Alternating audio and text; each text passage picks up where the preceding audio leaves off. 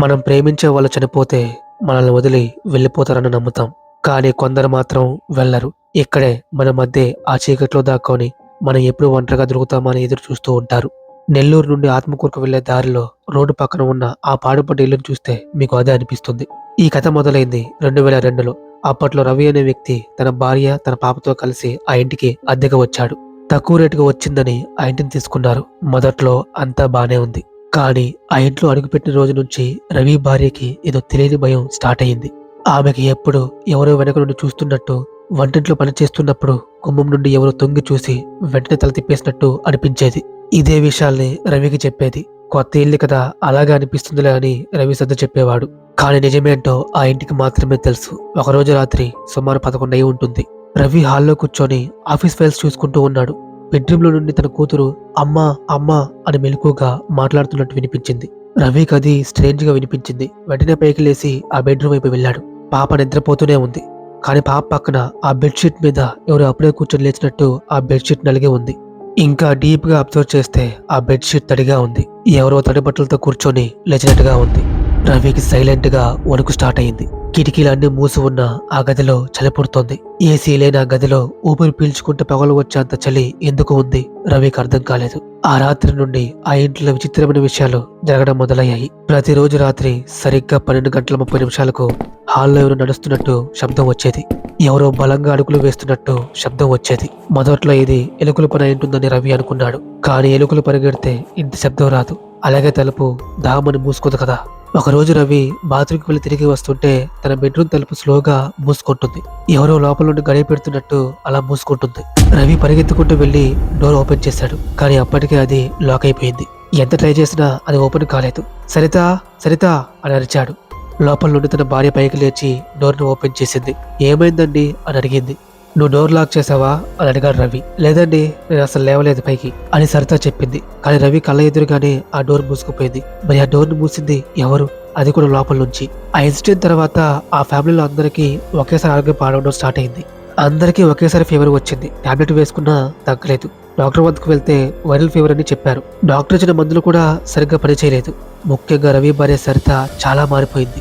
ఆమె ఎప్పుడు డల్ గా డిప్రెషన్ లో ఉన్నట్టు ఉండేది. రాత్రిపూట ఆమె నిద్రపోయేది కాదు. సీలింగ్ వైపు చూస్తూ వాళ్ళు వస్తున్నారు, వాళ్ళ పైకి వస్తున్నారు అని కొనుక్కుంటూ ఉండేది. ఇది ఇలా ఉండగా ఆ టెరబుల్ నైట్ వచ్చేసింది. అది అమావాస్య రోజు రాత్రి సుమారు 2 గంటలయ్యింది. ఇల్లు మొత్తం నిశ్శబ్దంగా ఉంది.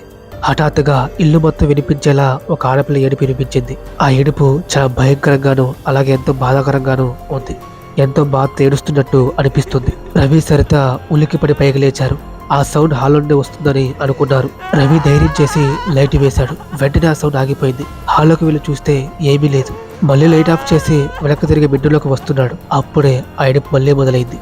ఈసారి హాల్ నుండి కాదు, వంటింటి పక్కన ఉన్న ఆ చిన్న స్టోర్ రూమ్ నుండి. ఆ గదిని వాళ్ళు పెద్దగా యూజ్ చేయరు. అందులో పాత సామాన్లు, అలాగే ఒక పాత వుడెన్ కబోర్డ్, దానికి ఒక పెద్ద నిలువుట అద్దం కూడా ఉంటుంది. అవి మాత్రమే లోపల ఉంటాయి. రవికి ఆ గది వైపు వెళ్ళాలంటేనే భయం వేసింది. కానీ ఆ ఏడుపు ఇంకా ఇంకా పెరుగుతోంది. ఎవరో ఊపిరి తీసుకోవడానికి ఇబ్బంది పడుతున్నట్టు ఏడుస్తున్నారు చాలా భయంకరంగా. రవి ఆ గది వద్దకు వెళ్ళాడు. చాలా భయపడుతున్నాడు. స్లోగా ఆ డోర్ ని పుష్ చేశాడు. లైట్ స్విచ్ ఆన్ చేశాడు. లైట్ వెలిగింది. కానీ బల్బ్ బ్లింక్ అవుతుంది. ఆ బ్లింకింగ్ లైట్ లో రవి ఆ మూలలో ఉన్న అద్దం వైపు చూశాడు. ఆ అద్దంలో రవి రిఫ్లెక్షన్ కనిపించడం లేదు. రవికి బదులుగా ఆ అద్దంలో ఒక మూలన తన వెనకాలే ఆడపిల్ల ఆకారం కనిపించింది. ఆ ఆకారం తల నిమురుకుంటూ ఉంది. వెనక్కి తిరిగి నిలబడి ఉంది. ఆమె జుట్టు మొత్తం మొహం మీద పడిపోయి ఉంది. రవి గుండె ఒక్కసారి వణికిపోయింది. రవి గుండె చాలా వేగంగా కొట్టుకుంటుంది. కరెక్ట్ గా అదే టైంకి ఆ అద్దంలో ఉన్న ఆకారం స్లోగా రవి వైపు తిరిగింది. ఆ ముఖం ఎంతో భయంకరంగా ఉంది. కళ్ళు ఎంతో నల్లంగా ఉన్నాయి. ఒక విచిత్రమైన యాంగిల్లో కళ్ళు తెరిచి రవిని చూసింది. రవి భయంతో గట్టిగా అరిచాడు. లైట్ ఒక్కసారిగా ఆగిపోయింది. అప్పుడే ఆ ఇంటి పైకప్పు మీద డాబ్ డాబ్ డాబ్ అని ఒక శబ్దం వినిపించింది. ఇల్లు మొత్తం స్తంభించిపోయింది. పక్కింట్లో ఉన్న రంగారావు గారికి ఆ శబ్దాలు ఎంతో భయంకరంగా వినిపించాయి. ఆయన చెప్పిన దాని ప్రకారం ఆ శబ్దాలు మనుషులు చేసినట్టుగా లేవు. ఏదో ఒక భయంకరమైనది చేసింది. ఆ నైట్ రవి కుటుంబం ఆ ఇంట్లో ఉండలేకపోయారు. బట్టలు కూడా తీసుకోకుండా ఉన్నది ఉన్నట్టుగానే కారు వేసుకుని వెళ్లిపోయారు. ఆ ఆత్మకూరు నుండి చాలా ఫాస్ట్ గా వెళ్లిపోయారు. వాళ్ళు ఎక్కడికి వెళ్లారో ఏమయ్యారో ఎవరికీ తెలియదు. కానీ వాళ్ళు వెళ్ళిపోయిన తర్వాత ఆ ఇంట్లోకి అద్దెకి ఎవరు దిగలేదు. కానీ అసలు కథ ఇక్కడే మొదలైంది. వాళ్ళు వెళ్ళిపోయిన కొన్ని రోజుల తర్వాత రంగారావు గారు ఆ ఇల్లు ఖాళీగా ఉంది కదా, గేటు మూసి వద్దామని వెళ్లారు. అది మధ్యాహ్నం టైం, ఎండ బాగానే ఉంది. ఆయన గేటు వద్దకు వెళ్ళగానే ఇంటి లోపల ఉన్న వెనక గది కిటికీ నుండి ఎవరో కట్టెను జరిపి ఆయనే చూస్తున్నట్టు ఆయన కనిపించింది. ఎవరూ లేరు కదా, రవి వాళ్ళు వెళ్ళిపోయారు కదా అని ఆయన దగ్గరకు వెళ్లి చూశారు. ఆ కిటికీ అద్దంలో నుంచి సరితా ఫేస్ కనిపించింది. ఆమె 2 కళ్ళు ఎర్రగా ఉన్నాయి. ఆమె రంగారావు గారి వైపు చూసి రా, లోపలికి రా అని చేయి ఊపుతూ నవ్వుతూ ఉంది. ఆయన భయంతో వెనక్కి పరిగెత్తారు. వాళ్ళు వెళ్ళిపోయారు కదా, మరి లోపల సరిత ఎలా ఉంది అని ఆయన ఆలోచించారు. ఆయన ఎంతో కన్ఫ్యూజ్ అయ్యారు. ఆ రోజు ఆయనకి హై ఫీవర్ వచ్చింది. ఆయన కలవరిస్తున్నప్పుడు అద్దం ఆ అద్దాన్ని పగలగొట్టేయండి అని అరిచేవారంట. ఇప్పటికి కూడా ఆ దారిలో వెళ్లే వాళ్ళకి ఆ ఇంటిని చూస్తే కింద పడిపోతుంది. అయితే ఇక్కడ మీకు విషయం చెప్పాలి. లోకల్ రికార్డ్స్ ప్రకారం 2000 నుండి 2005 వరకు అసలు ఆ ఇంట్లో రవి అనే వ్యక్తి కానీ సరిత అనే ఆమె కానీ ఎవరు రెంటకి దిగలేదు. ఆ ఇల్లు మొత్తం లాక్ చేసే ఉంది. మరి రంగారావు గారు చూసిన ఆ కుటుంబం ఎవరు? ఆ భార్య, ఆ పాప, ఆ రవి, వీళ్ళు ఎవరు? పక్కింటి వాళ్ళు అప్పటి వరకు చూసిన ఆ మనుషులు నిజంగా మనుషులు కాదా, దెయ్యాలా?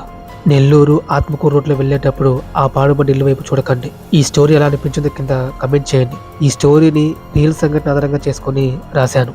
తప్పకుండా వీడియోని లైక్ చేయండి, అలాగే సబ్స్క్రైబ్ చేసుకోండి, బెల్ ఐకాన్ ఆన్లో పెట్టుకోండి, నాకు సపోర్ట్ చేయండి. ఇలాంటి ఎన్నో స్టోరీస్ని మీ వద్దకు తీసుకొస్తాను. Thanks for watching. బాయ్.